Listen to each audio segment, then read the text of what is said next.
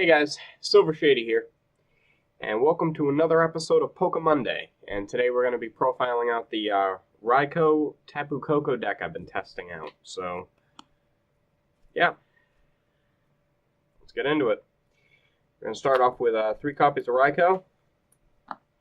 He's going to be your primary attacker, at least for most of the battle. Raikou has naturally 120 HP. He's a basic electric type.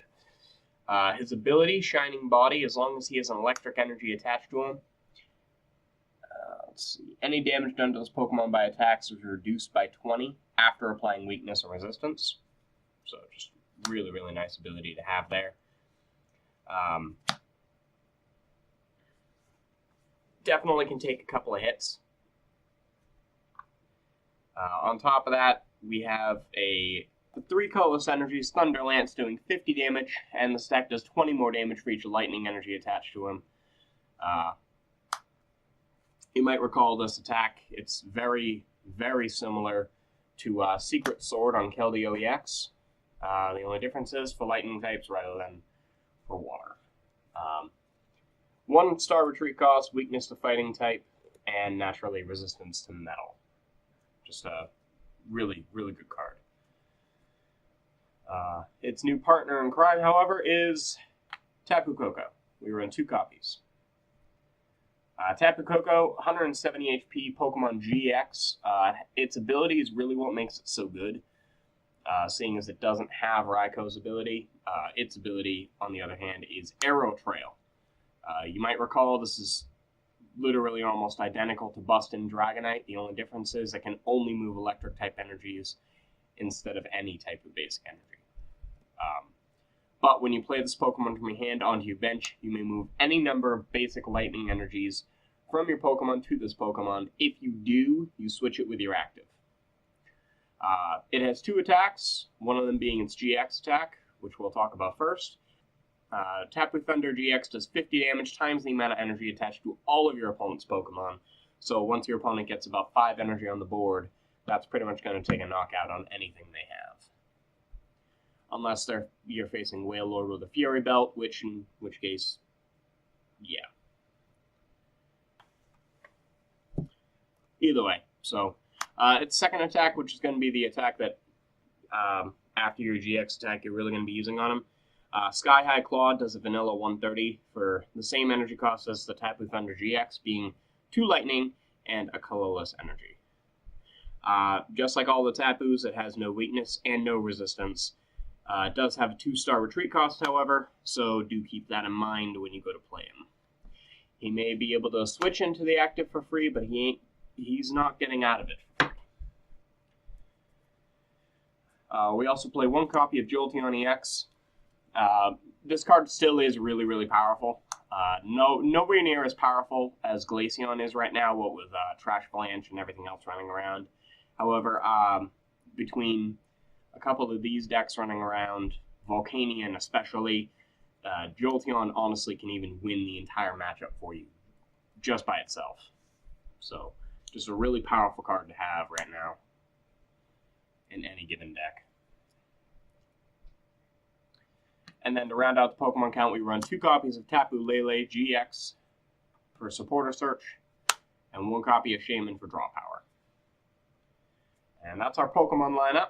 So we're going to start on our supporters now. We play our, at least a pretty standard line of supporters for me. We play 3 copies of Professor Sycamore,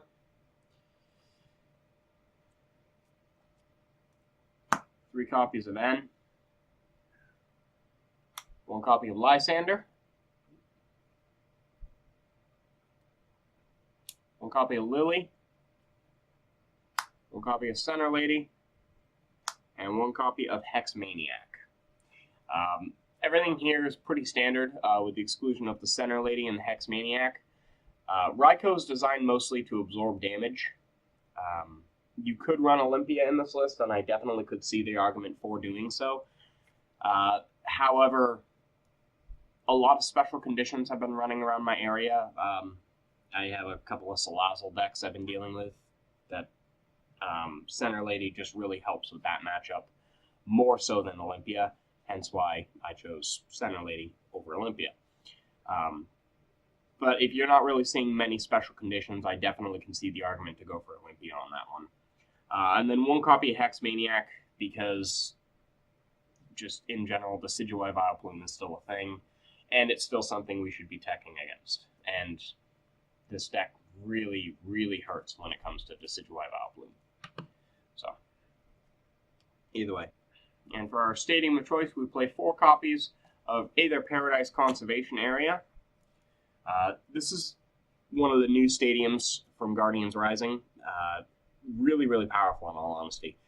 Each basic grass and basic lightning type Pokemon in play, both yours and your opponent's naturally, take 30 less damage from the opponent's attacks. And that's after applying weakness and resistance. So after applying all weakness, resistance, any other effects, things like that, if you have Raikou with electric energy as your active, with Aether Paradise Conservation out, you minus 50 damage off their attack, which means they have to do a baseline 60 just to hit you. Just a really, really powerful stadium. However, I will say, in hindsight, I can definitely see the argument to include 1 copy of Rough Seas, as Rough Seas does do a similar effect. The only real difference between Aether Paradise Conservation Area and Rough Seas is, number 1, Rough Seas can be taken advantage of by water types, which water types can be running around, especially things like Volcanion. And number 2, Aether Paradise blocks the damage outright, whereas Rough Seas heals it after the fact. So, at least 1 copy of Rough Seas would definitely help, as Aether Paradise Conservation Area only does you any good if your opponent doesn't get rid of your stadium, and between Field Blower and counter stadiums, that's easy to do, to say the least. Moving on to our tools, we run 2 copies of Fighting Fury Belt. This tool is mostly going to be sitting on your Raikou to try to give it a little bit more health to try to withstand a couple more hits. And 2 copies of Floatstone.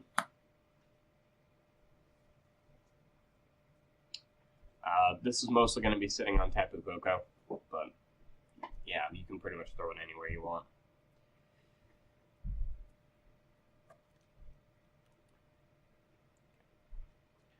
And we play 4 copies of Ultra Ball, as is the norm at this point. However, this number may be dropping, depending. Yeah, Trash Avalanche is starting to get pretty big, so we may start seeing a couple of decks that don't run 4 copies of Ultra Ball. Yeah, that might be coming down the pipeline here.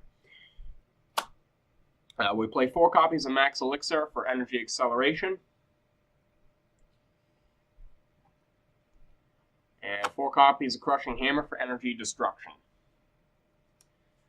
Usually this deck takes a couple of turns to set up, so Crushing Hammer really is there to bring our opponent down to our speed.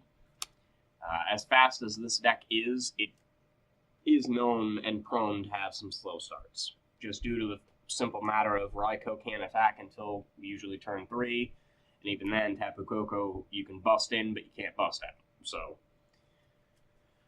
we also play 1 copy of Field Blower, as it's a extremely powerful card that really doesn't need any explanation. We also play 1 copy of Max Potion.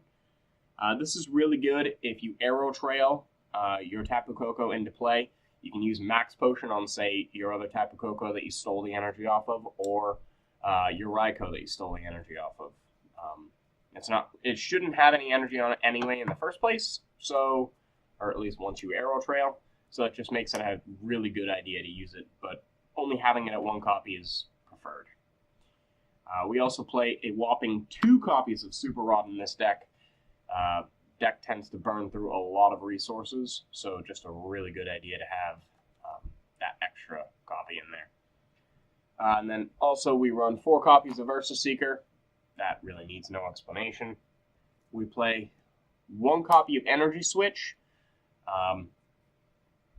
This can be really, really helpful. It really doesn't need much explanation on that. But, yeah. If you arrow trail in, you can at least salvage 1 of those energies. So, yeah. We play 1 copy of Switch, and 1 copy of Escape Rope for a little bit more mobility around the field. And that wraps up all of our items. Now we're going to get into our energies. So yeah, I might have had a little too much fun with this, but we play 10 basic lightning energies. And as I'm sure all you OCD people are screaming out in pain right now, yes, all 10 of them are different.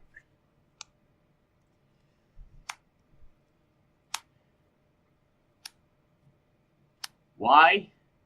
Because I can. And because it's fun. Anyway.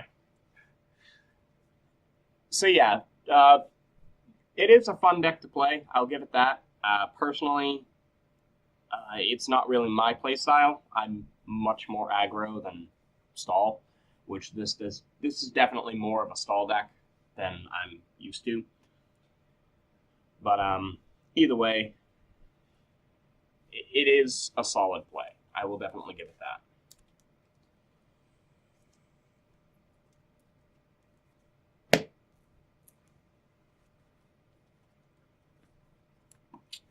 Collect everything up here.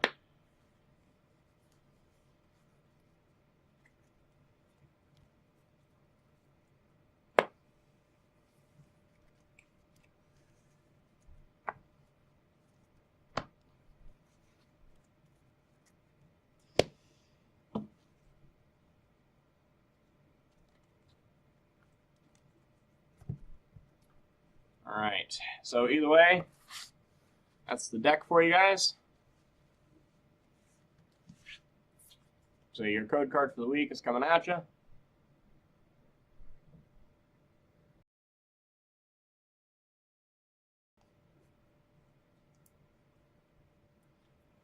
Thank you guys so much for watching. And we'll see you in the next one.